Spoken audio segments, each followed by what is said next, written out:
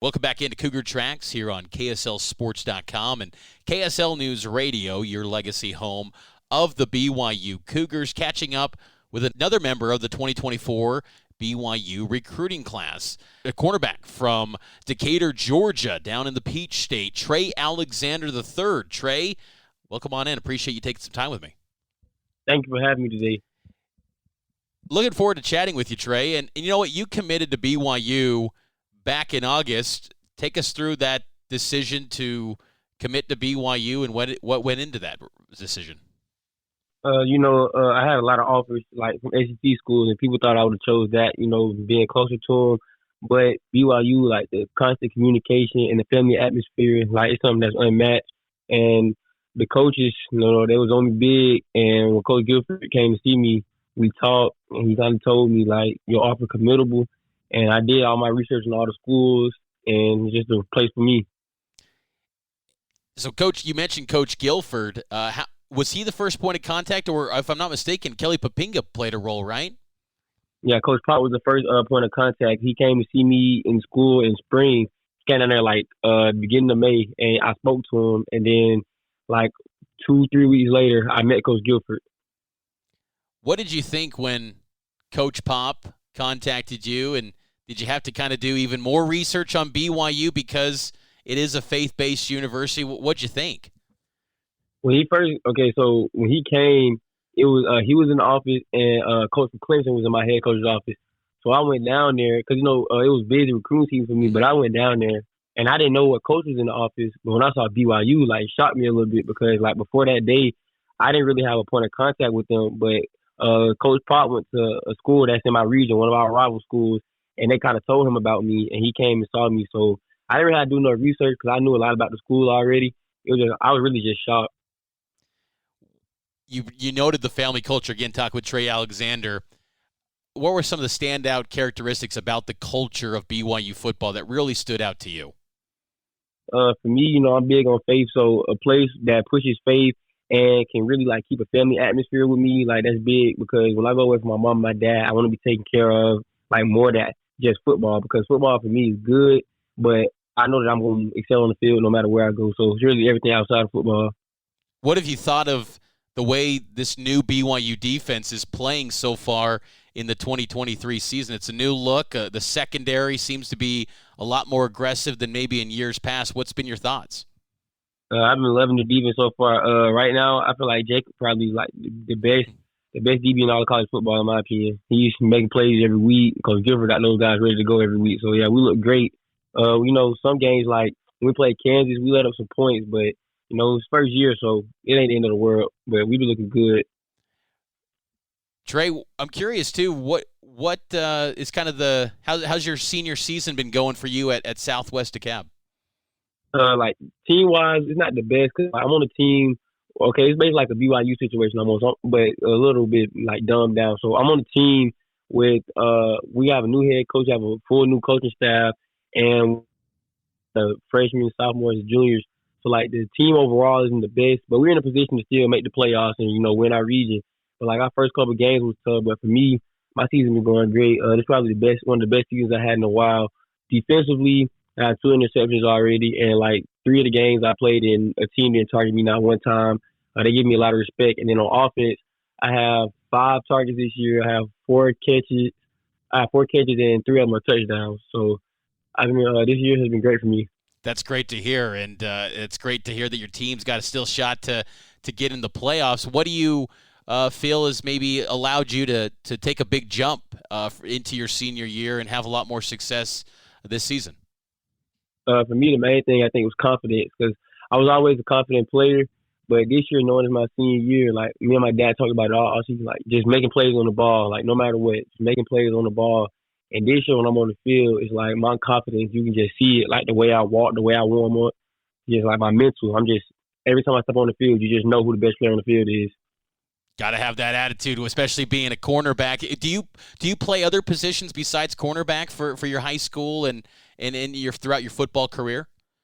Yeah, I play cornerback and I started at wide receiver for my high school. And then sometimes you will see me at safety. I return some kicks and some punts. And then growing up, when I first started playing football, my dad had me at defensive end. Oh, that's fun. How old were you when you started playing football? I was 4 years old when I started playing football. Oh man, so does football run deep then in your family? Yeah, football runs extremely deep. My first cousin on my mom's side is former NFL fullback Mike Tolbert. So football for me is like that's a family thing for generations. Oh wow, that I remember Mike Tolbert. That's awesome. And does he give you any pointers or anything about when you were coming up through the ranks as a young kid? Yeah, he talked to me a lot. One of my best memories, I remember going to watch him play in Carolina, and he sat after a game. He had came up the stands. He was sitting by me. He was like, "One day you're gonna be on the field, and one day I'm gonna be up here." And that's just like a visualization that stuck with me like my whole life. That's awesome. When did it become real to you, Trey, that playing beyond high school was a real possibility for you in your football career? For me, because like everybody has that dream, but when I really knew, it's like my sophomore year of high school when I went to an All-Star game and I played great. Then my junior year, I played good, but this off season, like all the work that was going in from like January to my track season, I just knew like I had all the intangibles. And really, like when I stepped on the field for the first time this year, like I had all the offers already, but when I stepped on the field for the first time and I came back and made a play my first game back, like I just kind of knew like I had it. You bring up the track and field side of your career too. How much do you enjoy running in track?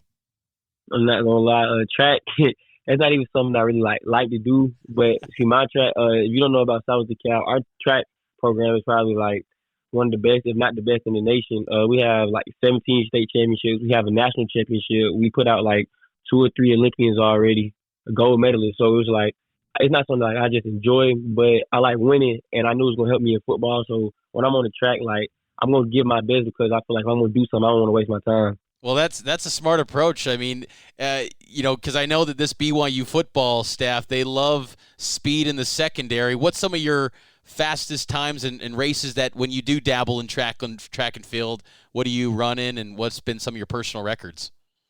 I ran my main event, the 400 meter. I won state this year running a 46.8, which put me at top 20 in the nation at the time.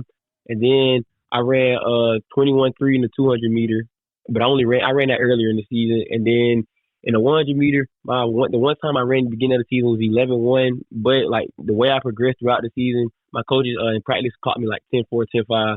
So Wow. I can fly. You could definitely fly. You earned that title to be a guy that can fly with those type of numbers. That's impressive. Congrats on all that success. So what's next for you, Trey? I mean, I know that you're committed to BYU, but hey, the recruiting process still goes on. You got Houston that have offered, West Virginia. How's things looking as far as what your kind of the schedule looks like for you on the recruiting trail? Right now, Saturday, I'm going to UAB on an official visit. That was something that was set in stone before I committed. So I'm not going to, I'm going to be a man of my word. I'm going to go no matter Sure. what.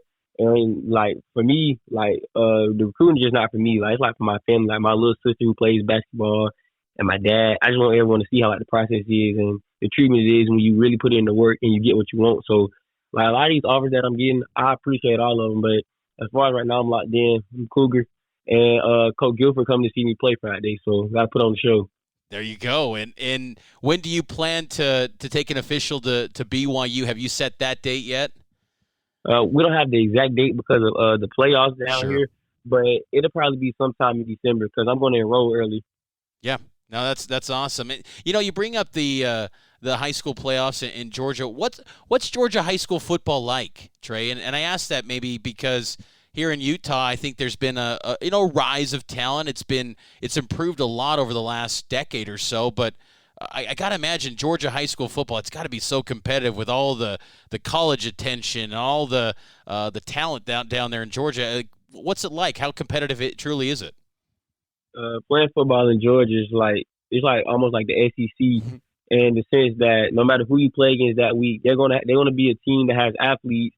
And if you go in there playing around, you can get beat by any team any given week.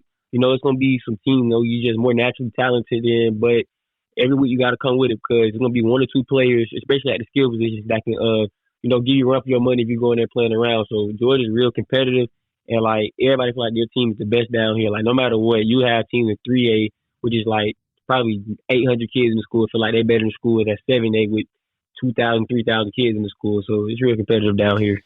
who's the best wide receiver or guy that gave you the toughest look in one-on-ones in a game during your high school career, would you say? One-on-ones in the game. I don't know, not to be cocky, but nobody ever really nobody has gave me problems. So, I like that. Hey, I respect that. You deserve that. I mean, to get the type of offers that you got to be a lockdown corner. It seems like that's how it's been playing out for your career. Well, what do you like to do, just as we wrap this up, Trey? What do you like to do away from the football field, or are you just all about ball? And away from the football field, I go fishing with my dad, or like me, I'm a big goofball. Like I play around all day, might catch a movie, just sit in the house, tell jokes. I'm like, when I'm away from football, I'm truly away from football. Like I might be talking about it, but I'm playing around. Like I'm just in the mood to have fun. Like when I'm away from the football field, I'm just a kid. That's awesome. Well, you've earned that right, and enjoy these years, man. That's so cool. And you know what? Enjoy this recruiting process too. That's awesome. You're sharing that experience too with your family, and I know that we'll catch up down the road. And best of luck the rest of this football season with Southwest DeKalb. Thank you. That's Trey Alexander here on KSL Sports.